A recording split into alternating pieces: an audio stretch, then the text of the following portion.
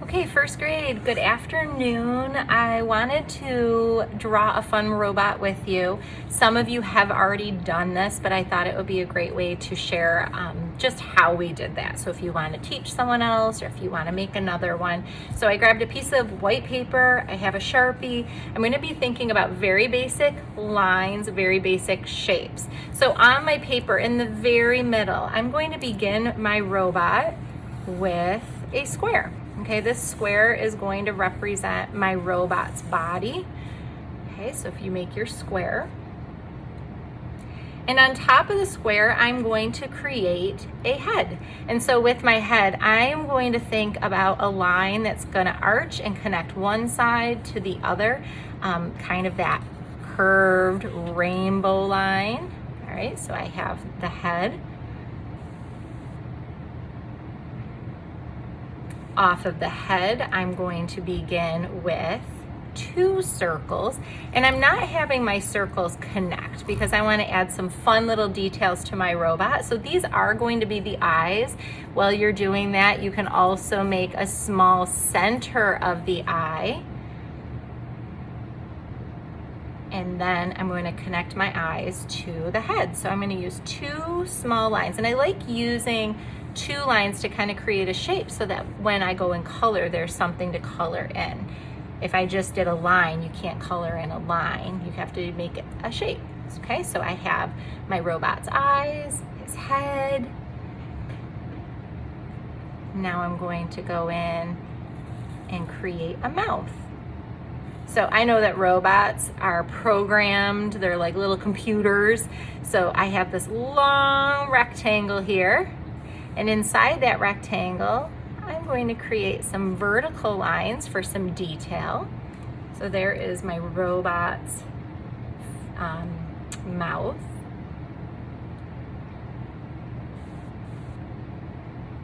Okay, let's go and make some arms. So we're going to talk about the word symmetry or symmetrical.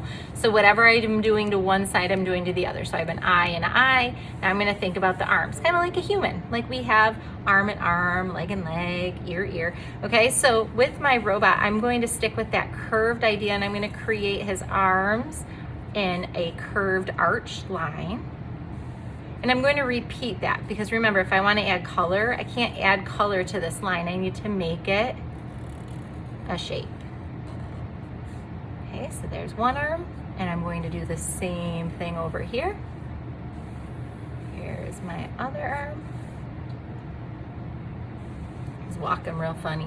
Now I'm going to create 2 lines on each end of the arm. And that's like a wrist, and then a circle for the hands.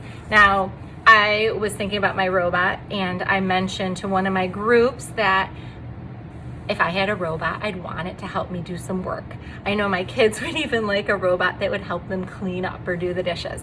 So I have these circles, and inside these circles, I'm gonna put an upside down V so it looks like it could grab something. Okay, so there's the start of my robot top of the body. All right, let's go and move on to the legs. Now I'm gonna do something a little different. Some of you might say, oh, that's kind of interesting. Why is Mrs. Berry doing that? But I'm gonna think about how 2 legs will come down, but I'm going to start with 2 very skinny lines right in the center. Okay, these are going to be the inside part of each leg. I'm going to do another line on each side, but I'm going to stop. Okay, it's going to be a little shorter on the outside, longer in the inside. And this is going to leave room for a diagonal line on each side. And I'm going to connect that diagonal to the inside of the leg. So it's like little feet. And this is a great time to add some details. So when I go in color, I can think about how robots, a lot of times I think of robots being metal, like a tin or something, but I also know when I watch the movie Big Hero 6, he's very, fluffy and a very different material. But I like adding some of these details in here, so then I could choose a pattern if I want, but it also adds some detail. So I put some lines in the arms. I'm going to do the same thing with the feet. So if I put these diagonals, it's almost like triangles. And I'm going to put some horizontal lines in my robot. All right, so that is the basic shape. So I saw a robot very similar, and it was kind of a Valentine robot. I did one here so you can see my Valentine robot. All right, so this was the first one I made thinking about a heart and Valentine's Day coming up in February. But then I thought, you know what? We're only in January, and I think one thing about art that I love is that we can personalize our art. We can make it have meaning to even our interests and our likes. So I came up with some symbols, and a symbol is a small little image that has meaning. So I was thinking about a heart. That heart could mean friendship, love, kindness. It could even be healthy. Maybe someone like loves having a healthy heart, eating well, exercising. So that could have so many different meanings. A nature, a branch, a flower. I love being outside in nature. I love hiking and doing all those things outside. So doing something small could have meaning to you. Maybe you're someone and you love inventing. You have really bright ideas. A light bulb. Maybe you're musical. You love listening to music. You like making music. You play an instrument. Okay, artistic.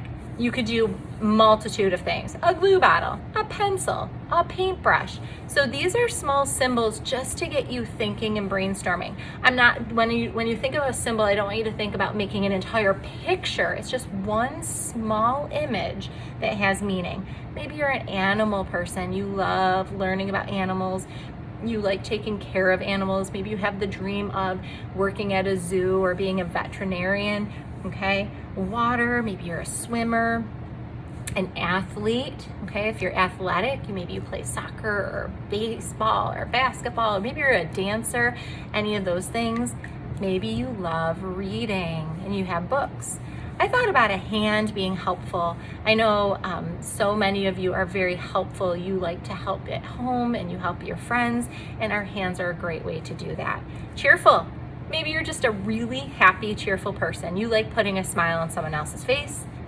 You might be kind. Okay, another heart. I did a little face in there.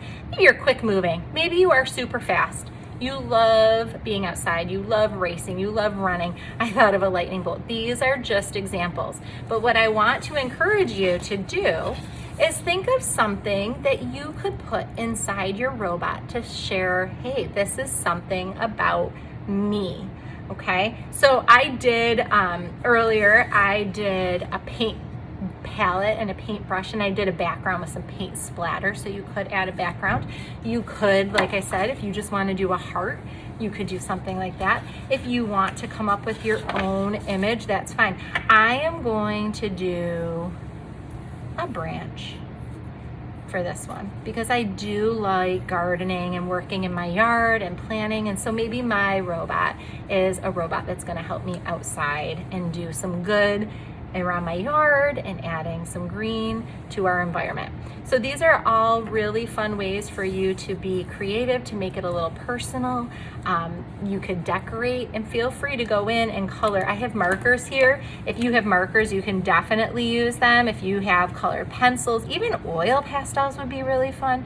There are so many ways that you could add some detail. So I'm also thinking about symmetry when I'm coloring this in. I'm matching it up, thinking about a pattern. So have fun creating, coloring, designing, and make sure you share your artwork, okay? So boys and girls, I hope you enjoy. I hope you have fun and show a little bit of you in your robot, all right? Have a great day. I'll see you soon. Bye-bye.